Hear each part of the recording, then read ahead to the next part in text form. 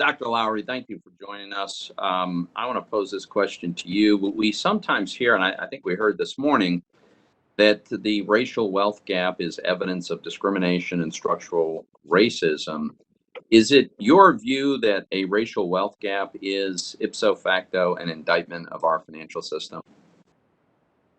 I'm going to answer no, though I can understand some people answering yes here. The racial wealth gap is a legacy of history as well as a reflection of ongoing dynamics. I don't think, however, that broadly speaking, it should be understood as an indictment of the financial system, which is a complex set of institutions and relationships, which, as you noted in your opening remarks, is a necessary part of economic development and of growth. Um, I do think, however, that the racial wealth gap is a problem, but I would rather put it as a problem of Americans, as I said in my remarks, who don't have the resources that they need in a decent society to flourish, than to put it strictly in racial terms for the reasons that I stated. Right. Another question.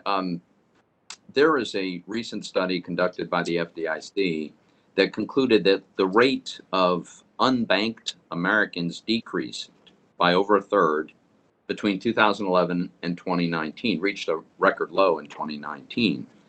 Now, in my view, increasing access to savings and credit through banks and non-banks and new technologies is a positive development, including, maybe especially, for lower income Americans who may not have had access to that. Do you think that democratization of finance and broad availability of credit and financial services generally is more of a positive, or is it more of a negative for low income Americans, including racial minorities?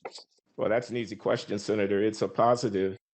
The financial intermediation and the access to the system for people to be able to uh, engage in banking transactions, as that comes closer to the ordinary working people, increases their ability to prosper within the system.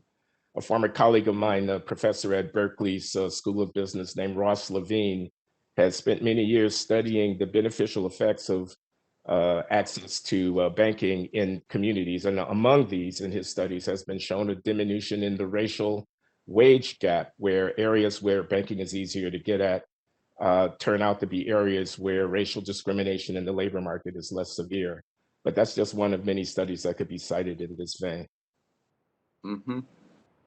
Um, I think I understood you to suggest that one of the things we should focus on with respect to economic disparities, including disparities among different racial groups, is opportunity rather than expecting guaranteed outcomes. Seems to me that education is a hugely important um, education plays a hugely important role in creating opportunity for people. And I think we know that in many cases, low income families, including and especially in racial minority communities, often have very few choices about educational opportunities for their kids.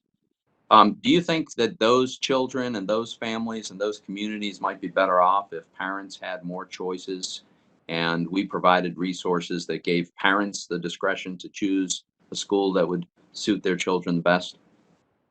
Yes, I do, Senator, but as you know, not everybody agrees with that proposition.